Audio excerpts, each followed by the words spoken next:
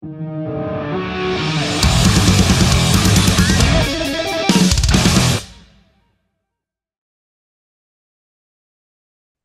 she is again. She's everywhere. I think it's the same voice. It must be that. What were you connecting with before? Is that like was it Alexa or something like that? I don't know. No, it's a Bose Okay. speaker. I reckon it might be that. It sounds like the Zoom lady and the Bose lady might be the same Oh lady. yeah, yeah, maybe it might have been her. Who knows? So How would you be being that lady though? Like you're on a train or you're out in public, you just start speaking, and then everyone starts turning around looking at you. Like you wouldn't be able to go anywhere. You wouldn't be able to go through a drive-through. You wouldn't be able to do anything. But anyway, it's nice to meet you, man. Thanks for hanging out this morning. yeah, sure. Nice to meet you too. Yeah, where are you in this big wide world today? I am up in Northern California, out in the redwoods. Has it been snowing out there? No, no, I'm kind of close to the coast, so it doesn't really snow here much. There Okay. was kind of some hail and ice, and the media really blows shit out of proportion. They're saying, "Oh, snow." I mean, there was snow up in the mountains, but and they're talking about flooding and everything, but it's really nice here actually. There you go. Because So I saw like on the news down here talking about news. They were like, California's snowing. It's like, what the? Like, that's probably the equivalent of what they made it seem like because on the Gold Coast. Have you ever been to the Gold Coast in Australia? yeah, yeah, Yeah, yeah, yeah, of course. So it's sunny all the time. yeah, We don't, it yeah, doesn't snow here. So the way they made it sound as if, you know, it's like hell had frozen over and you guys were, yeah, yeah. it's like, holy shit. Again, blowing shit out of proportion. Yeah, yeah. No, I mean maybe you might get some hail. That's about it. Yeah. Yeah, that's like Not it. much. Yeah, no, it's like exactly like here. It's the same. But hey man, of course, UNSANE are coming to Australia in September, and it's going to be Yeah. awesome. We can't wait, man. When was the last time you were here? Fuck. 97, I think, like forever ago. Wow, man.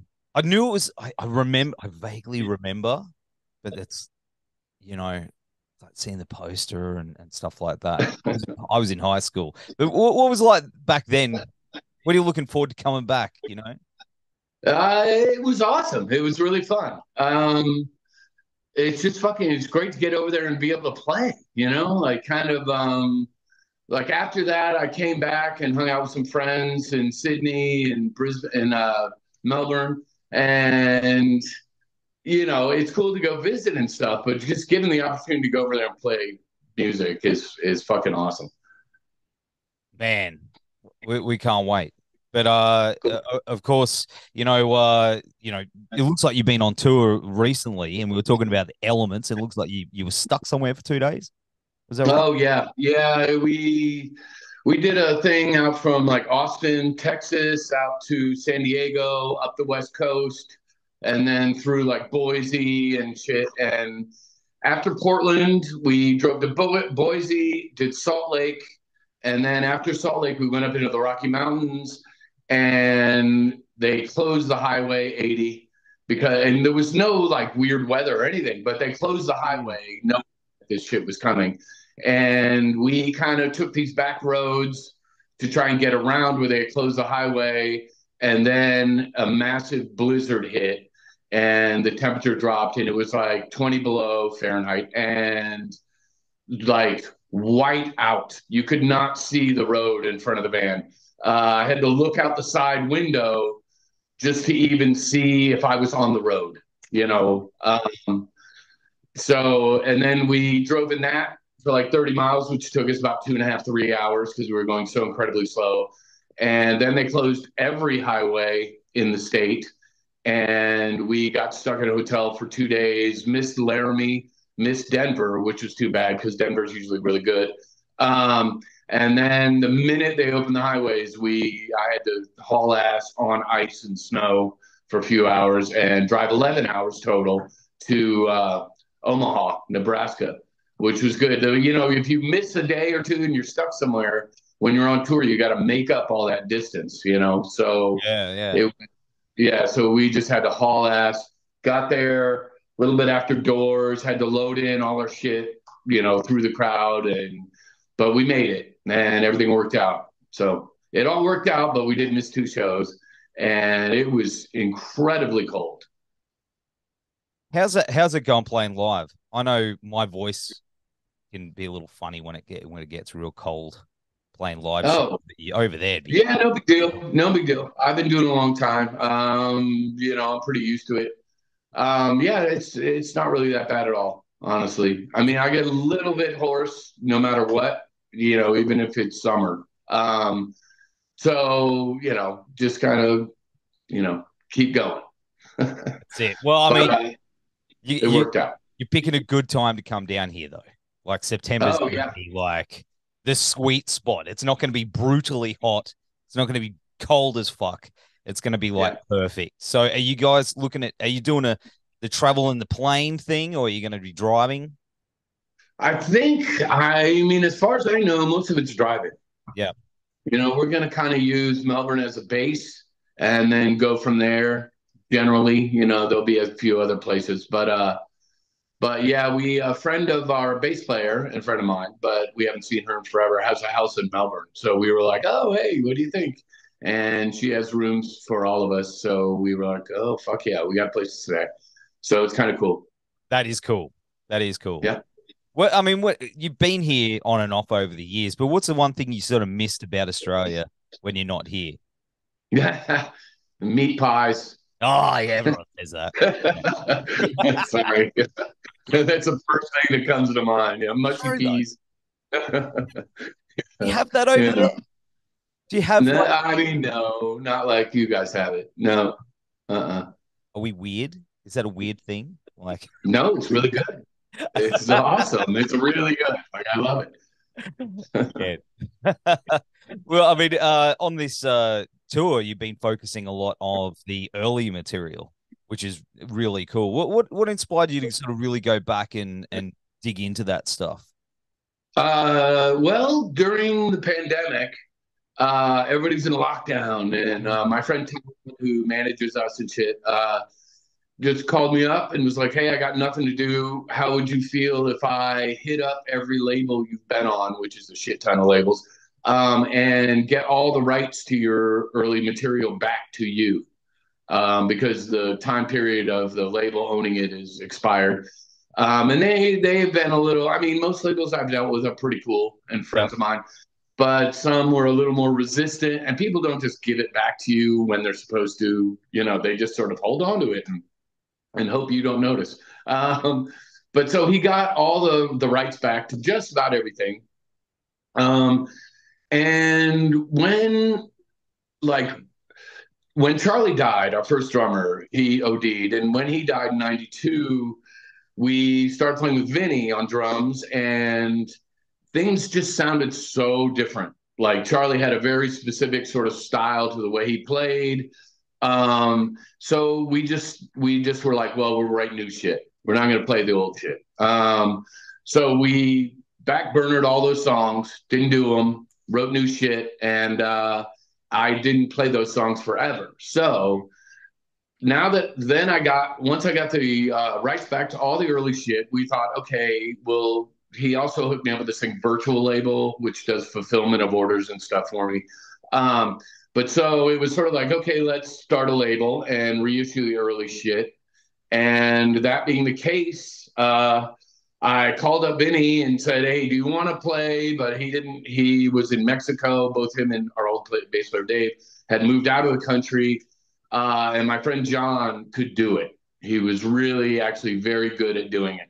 And we had nothing to do. We were just hanging out all the time. So me and John and my friend Coop wanted to play like every day. We wanted to kind of be on tour again, but not really on tour. So we started rehearsing the song, the early shit, just for fun. That's initially we were just like, oh well, I got the rights back. This would be fun to do. It'd be fun to play these songs. So we just started doing them, and then when things started to open back up, we had been rehearsing these songs for like 6 months. We'd been playing them a shit ton.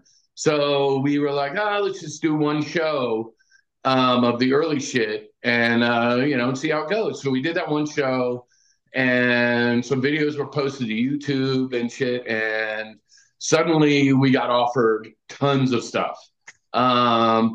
So, I spoke to the guys who were in the band before, Vinny and Dave, and they said it was cool. Later, one of them got kind of mad, and we just started doing shows around, played New York, we did Dallas, just kind of one-off shit. And then went to Europe and did 5 weeks of Europe, and then did the States, and now doing Europe again in May and June, and then Australia in September. So it's kind of just snowballed the whole time. And we initially just started doing it for fun, just to keep playing and, kind of keep your chops up. But at this point, it's pretty fucking ripping. It's really fun doing these songs. I didn't get to do them for like, I don't know, man, over 20 years or something. I never played any of them. And I really kind of miss being able to do it. So now it's really fun to do these old ones. I guess the response that has been incredible, not just from the fans, but what about, your peers and other bands that you toured with over the years that sort of love that material too? Have they sort of reached out and been like, fuck yeah, this is cool, you're playing this stuff again, we can't wait to experience it with you? Yeah, a lot of them never got to see me play them, like the early shit. There were some bands that we toured with way back in the day, like Laughing Hyenas, or, we played with Jesus Lizard, or, a lot of our contemporaries, or they were kind of a little ahead of us, actually. We were kind of a younger band than they were at the time, but we would like open for them, or support or whatever. And response has been really good. People are like, holy shit, this is actually, I've heard a few times, and I don't want to cross the line with anybody, but I've been told that this is the most ballistic version of that material they've ever seen. Even people who had seen us before. So, it's going to be so good. I mean, I was pretty young at the time, and, it was chaos. We were all like crazy drug addicts and drinking, and, everything was all crazy. So, it's good to, it's kind of good to have your shit together and play them right. How does it make you feel playing them though? Like, does it sort of I love transport it. back? Totally. It does. Yeah, it really takes me back to like what was going on at the time. A lot of the songs are written about shit that was going on around me at the time, and the chaos of New York, like in the late 80s, early 90s.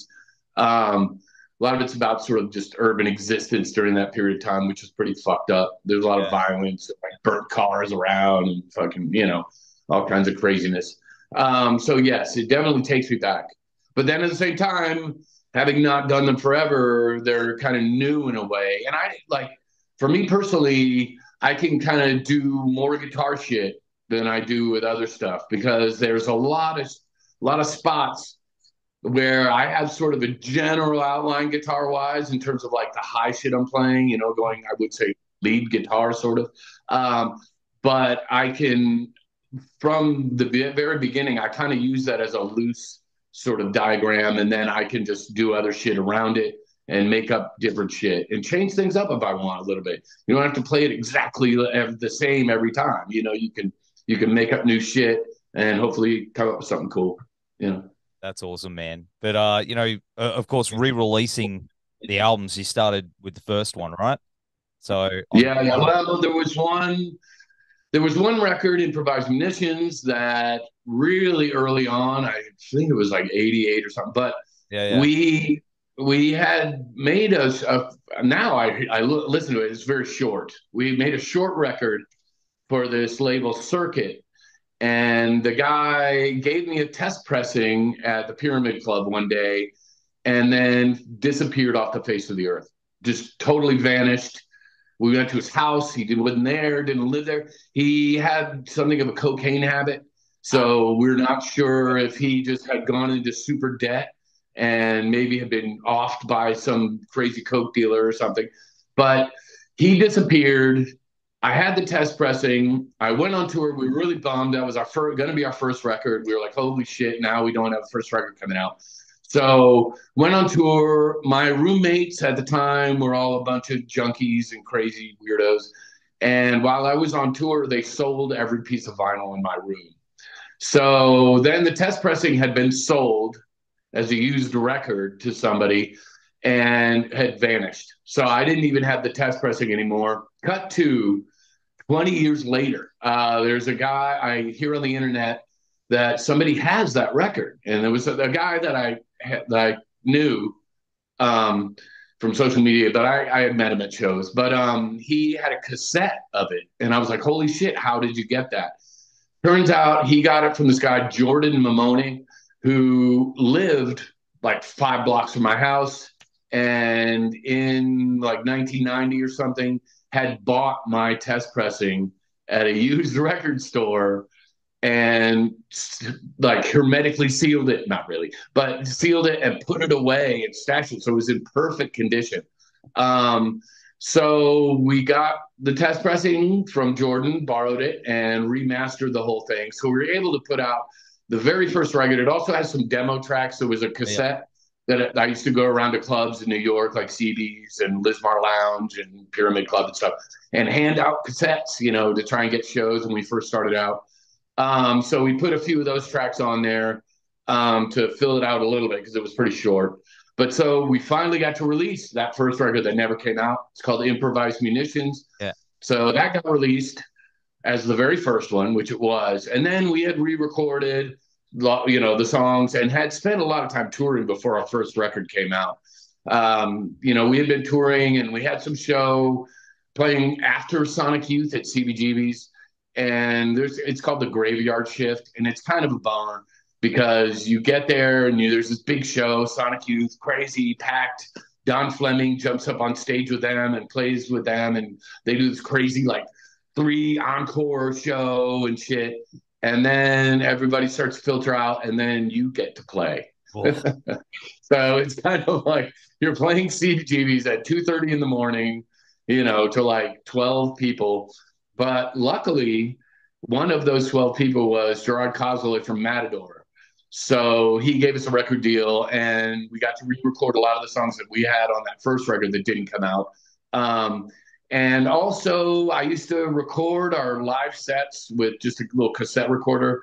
And there's a lot of looping in between songs and noise and crazy crap so that the set is like one long fucking abrasive song, So I took a lot of the in-between song stuff from the live cassettes I had and put those in there on the self-titled record. So it made it really more like the actual record. I mean, like the actual set, excuse me. Man, that chaos. That's awesome. Man, you would have had some of the best gigs. Like Sonic Youth supported you, let's be honest.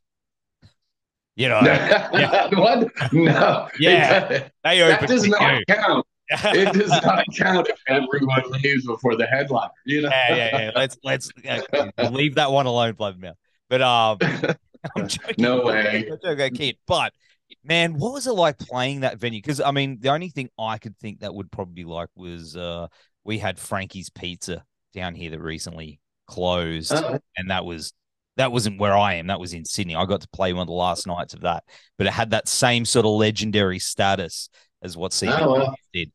So, but what was it like back there playing that venue? It would have been just the energy in the place would have been fucking bonkers.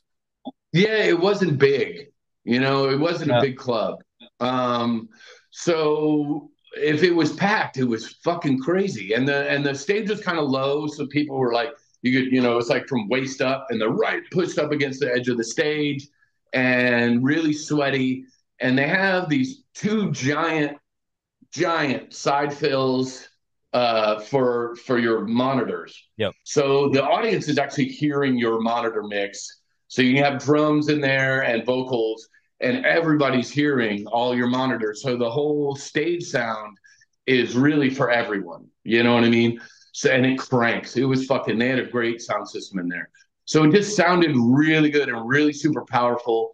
And it was a shithole, dirty as hell, scummy, don't use the bathroom. You know what I mean? Yeah. Take a leak, but that's about it, So it was just really dirty, grimy, kind of a cool place in that they just had shit tons of bands all the time. A lot of my friends work there, so I would just go there and hang out and just see random shit.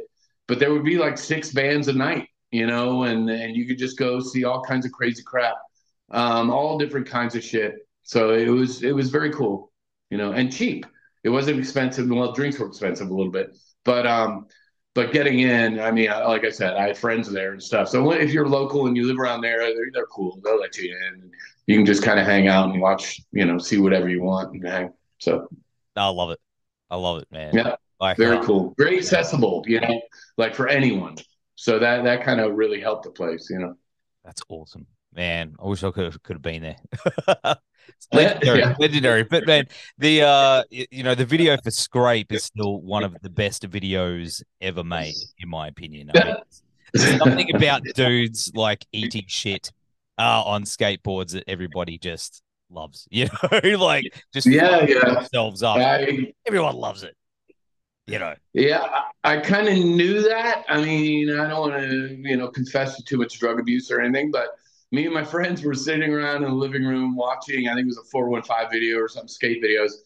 And at the end, they had some bails and guys getting hurt.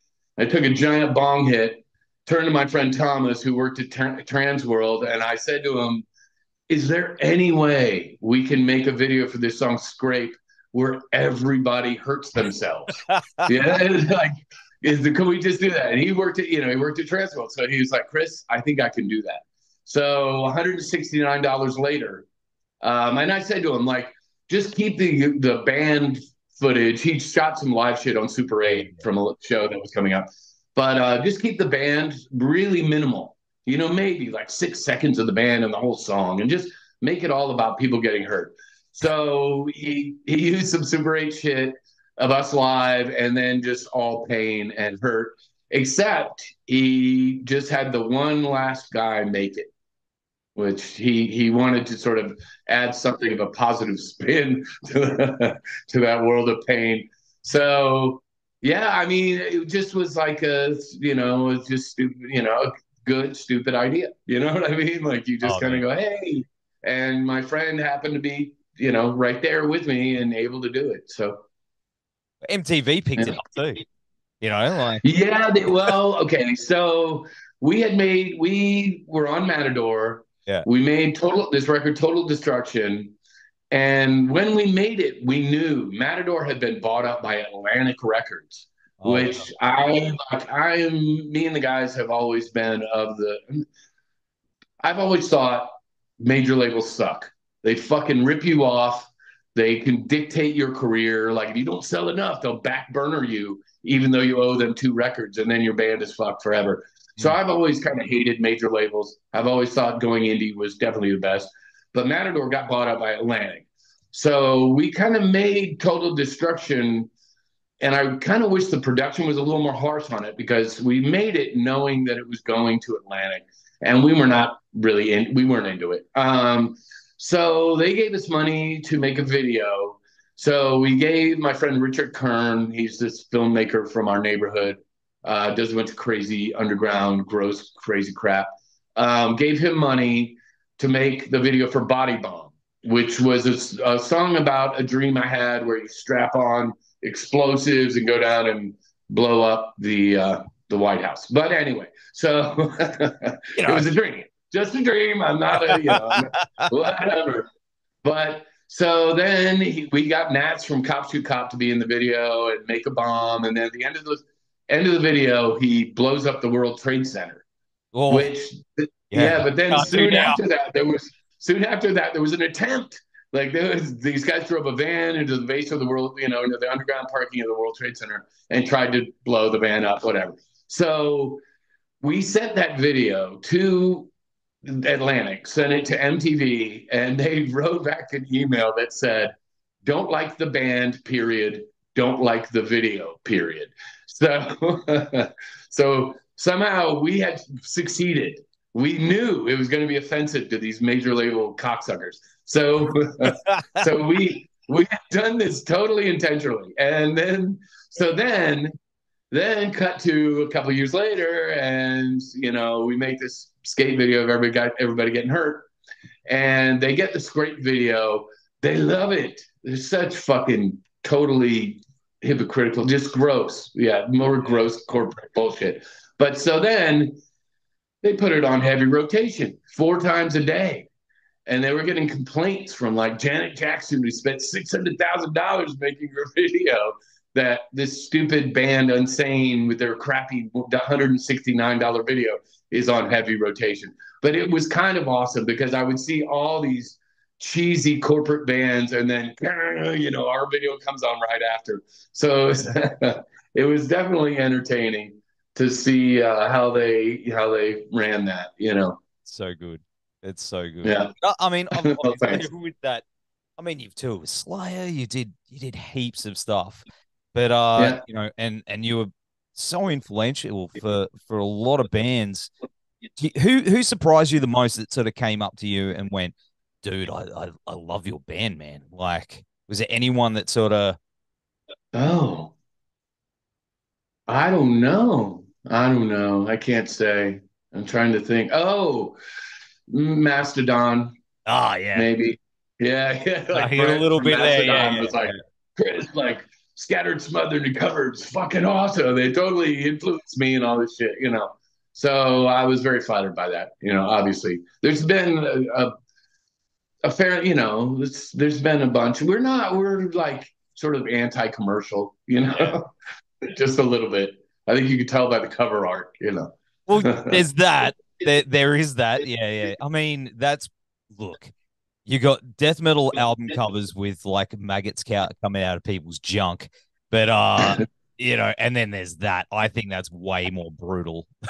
Like, because Oh yeah, it's real. The dude on the train tracks, man. yeah, yeah. That one is real. Yeah, some are real and some are made, and Yeah, but there's all real blood. I use like cow's blood and hose my friends down and out in a location at times, stuff like that.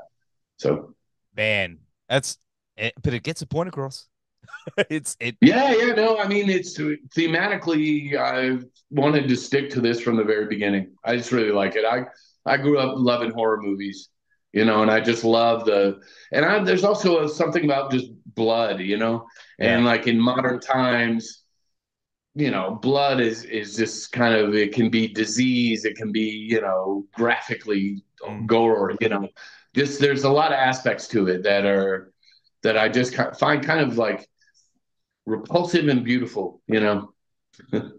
No, I get it. I love the horror movie. Well, if you couldn't tell, there's a big Evil Dead flag Oh behind me. yeah, yeah. Uh, you know, that's a whole other convo over a beer.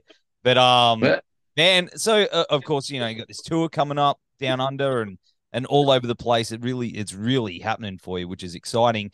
But what's next? What's the next step? Is it more reissues, a new record? Like what's going to happen? you mean in terms of productivity?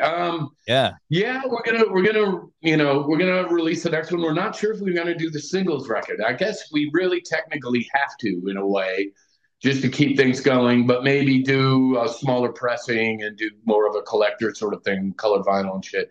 Um, but for us, what I'm really looking forward to is the other aspect, which is recording new shit.